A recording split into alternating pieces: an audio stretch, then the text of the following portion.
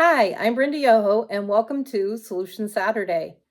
I want to continue our conversation about back to school because it's July, and before we know it, it's going to be time to go back to school. So, parents, I shared last week a little bit about getting prepared for back to school. I talked about making sure we're consistently setting a bedtime. We need to probably start practicing that as soon as possible. So we get into that habit of going to bed early and getting enough sleep to prepare us for our day. I also talked about trying to prepare our meals ahead of time to try to help us with being prepared for that back to school rush. Prepping our dinners, prepping the foods, and figuring out if our kids are going to be eating school lunch or if they're going to be taking a lunch to school. The groceries bills are outrageous, and I sure do know that firsthand. Laying out the clothes the night before is always a great practice. It helps us to take out that in the morning and trying to figure out where everything is. If we have it all prepared the night before with our backpacks and everything, then we're prepared to start the day without having to have any stress. And having a stress-free morning is our goal, always.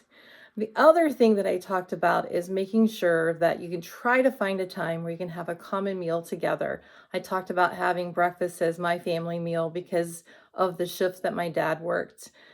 I know it's so difficult and because of working in different shifts and everything, but try to find a time sometime, even if it's on the weekend or on a particular day.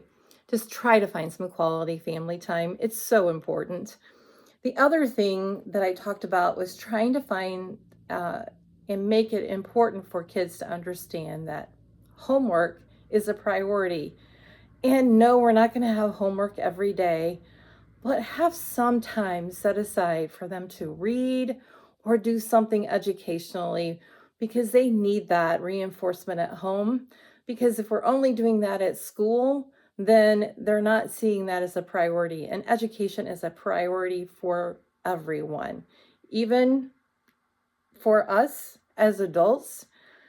I still continue to read and to learn and do as much as I possibly can to make sure I'm giving back to you, to my children, grandchildren, everyone.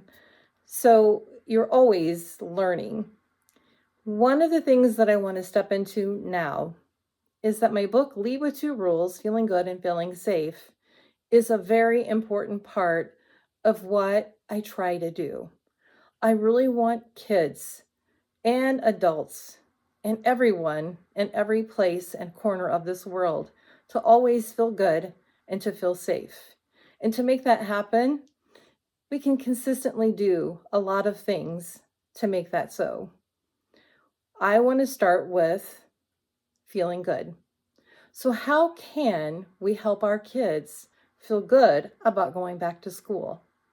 Well, if you're going to a new school, if you just moved into a new neighborhood or a new location, visit the school, drive by, let the kids see what school they're going to, meet some people in the neighborhood, invite them over, have a play date. Get to know the people in your community so that it's not so unfamiliar for kids. Kids get nervous when they're not sure about where they're going and who's going to be there. So the more you can get them to be familiar with where they're going, the better it will be. Sometimes you can go and play on the playground equipment. Go ahead and go and ask. See if it's okay. Let them experience some of the school environment so that they're already familiar with those things. Meet the principal. That's always important. And soon you'll be able to meet the teachers and everything else. But as soon as you possibly can, help them to be familiar with where they're going and get them to know the people in the community. Let them make some friends in the area. The more you know the people that you are around, the better life is for you and for your children. They feel good about the places they are. That's what it's all about because it really takes home, school, and community working together to help everybody feel good. And that's the very first thing I would really like for us to focus on, helping our kids feel good about going to school. Talk to them about the importance of school and talk to them about finding someone at the school that they can trust, a trusted adult. And I'm hoping that I'll be able to talk with teachers and principals and let them know how important it is to build those relationships. And I know they already know. You see, I was a teacher, I was a principal. I know how important building relationships are. My daughter's a special education teacher. She knows how important it is to build relationships with families, with students. So, no matter what you hear about how bad education is, it's not all bad. There's some great, amazing people out there and great teachers. And so, I want you to find out who's teaching your kids. And if you're not happy about it, let somebody know. But go and meet who's teaching your children. That's your right, your responsibility, and we want everybody to feel good. So please help establish a good relationship between home and school and community by getting to know everybody before the school year starts and even as the school year continues. Build those relationships. It's just not one person's responsibility, it's all of ours.